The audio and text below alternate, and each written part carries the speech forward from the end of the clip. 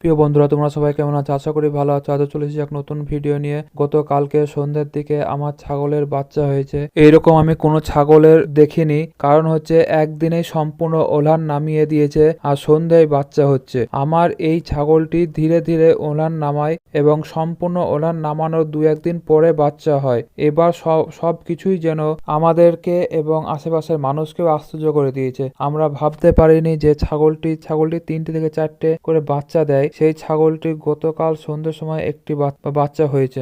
আমরা সবাই অবাক, কিন্তু এইটাই বাস্তব যে আল্লাহ যা করেন সেটা ভালোর জন্যই করেন। বাচ্চা আল্লাহ দোয়াতে ভালোই আছে। বাচ্চাটাকে তার ভাই বোনেরা দেখছে। এইটা আবাকে প্রচন্ড ঠান্ডায় ছাগলের বাচ্চাটাকে ছেঁড়া কাপড় দিয়ে গাটা মুছিয়ে দিয়েছে।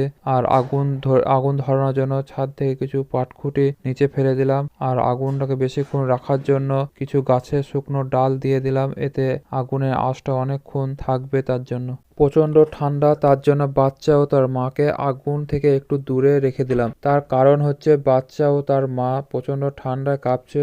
বাচ্চাটাকে আগুনে সেকবে, কারণ বাচ্চারা প্রচন্ড কাঁপছে। ওর জন্য বাচ্চাটাকে একটু আগুনে ধরবে। দেখেন কিভাবে আগুনে ধরছে, সেটা আপনারা দেখে নেন। এরকম প্রচন্ড কাছে রাখবেন না, একটু দূরে। ডিফারেন্স একটু দেখবেন, হাত দিয়ে আঁচটা দেখবেন কতটা আসছে না আসছে। হাতের অনুভূতিতে আপনার ছাগলের বাচ্চাটাকে সেরকম ভাবে ধরবেন। তাই না? এত ঠান্ডা, শীতের দিন, আর সেরকম ঠান্ডাও পড়েছে। দেখছেন মাটা তার আশেপাশে ঘুরছে। মাটা অসুবিধা নেই, কিন্তু বাচ্চাটাকে একটু ঠান্ডায় ধরতে হচ্ছে। শীতকালে যদি বাচ্চা হয় তো আপনারা এরকম ভাবে একটু গরম জায়গাতে রাখবেন। এতে ছাও মায়ের দুজনেই ভালো থাকবে। আর আপনারা যদি ঠান্ডাতে এরকম যত্ন যদি না নেন, তাহলে ছাগলের বাচ্চা বাঁচানো খুব মুশকিল হয়ে যাবে। রাতের দিকে তার মাকে আলাদা জায়গায় রাখবেন, বাচ্চাগুলোকে আলাদা জায়গায় রাখবেন। তার কারণ হচ্ছে বাচ্চা পায়ের সাথে রাখবেন না, এতে বাচ্চা মারা যেতে পারে। পায়ে চাপা পড়ে বা যা করে হোক বাচ্চা মারা যেতে পারে। বাচ্চা আলাদার জন্য রাখার জন্য যদি একটা বাচ্চা হয় তো ক্রিয়েট করবেন। ফল রাখা যে ক্রিয়েট গুলো আছে সেই ক্রিয়েট দুটো নেবেন, একটা উপরে দিবেন, তার উপরে একটা চাপিয়ে দেবেন। বাচ্চারা রেখে দিলে তার উপরে একটা ক্রিয়েট চাপিয়ে দেবেন, দুটো ক্রিয়েট, তাহলে হয়তো ভালো থাকবে। আর যদি 2-3টে